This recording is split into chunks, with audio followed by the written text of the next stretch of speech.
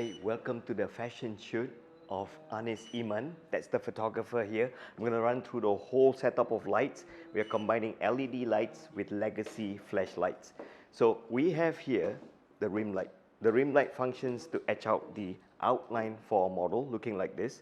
So I'm setting the power to 1/32. Usually a rim light shouldn't be higher than 1/8 or 1/16. And this one does the same thing.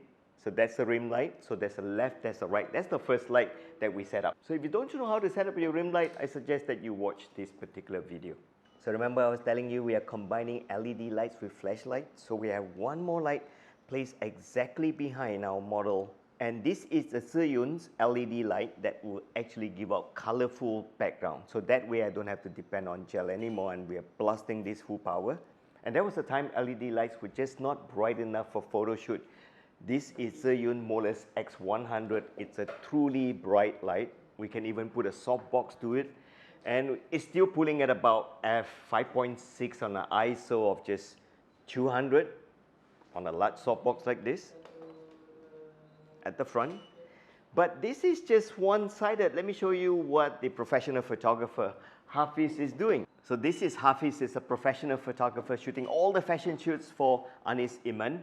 And he has another flash on his camera, bouncing off the wall, that's going to balance out. This is acting like a field light. So it's a combination of two rim lights, two LED lights, and one flash pointed directly at me. Hey, don't forget to check out Anis Iman's collection of beautiful dresses for the ladies.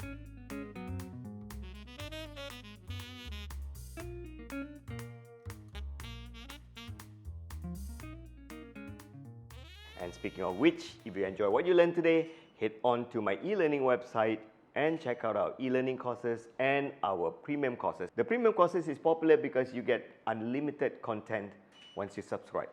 And don't forget, click subscribe here on our YouTube. Look forward to see you.